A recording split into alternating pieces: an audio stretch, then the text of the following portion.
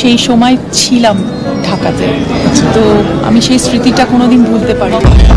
In fact খুব খুব এ লাগলো দেখে যে কলকাতার সুপারস্টার নায়িকা ঋতুপর্ণা সেনগুপ্ত বলছেন, একটি নাইট ক্লাবে সালমান শাহর স্ত্রী সামিরা হক ও সালমান শাহর ক্লোজ বন্ধু ভিলেন ডনকে রোমাঞ্চকর মুহূর্তে আমি দেখেছি। তাদের সঙ্গে কথা বলতে পারিনি, কারণ তারা দুজন অত্যন্ত ঘনিষ্ঠ ও আপত্তিকর অবস্থায় ছিলেন। আর তখনই আমার সন্দেহ হয়েছিল ফিল্মের অন্য কেউ নেই, এমনকি সালমান শাহ নিজেও নেই।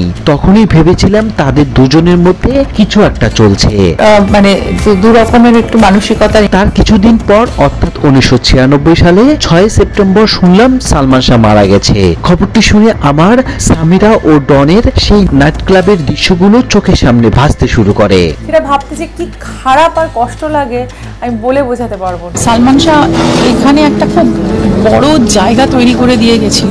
তাদের দুজনের মধ্যে যে পরকীয় সম্পর্ক আছে সেটা আমি গ্যারান্টি দিয়ে বলতে পারি, কারণ নাইট ক্লাব মানে কি সেটা পৃথিবীর সবাই জানে। সেখানে সালমানের স্ত্রী সামিরা ভিলেন ডন এর সঙ্গে একান্ত সময় কাটানোর জন্যই গেছে। এটা তো পানির মতো পরিষ্কার, এখানে লুকানোর কি আছে? নায়কের যেই ডেফিনেশনটা আমার মনে হয় সালমান শাহ একটা নিদর্শন। কিন্তু ওই স্মৃতিগুলো কোনোদিন ভুলে যাবে না, কোনোদিন মুছে যাবে। তবে একটি জিনিস পরিষ্কার বলতে পারি, সালমান শাহ বেঁচে থাকলে বহু দূর যেতে পারত। তবে কষ্ট হয় 29 বছরও সালমান শাহর বিচার হলো না।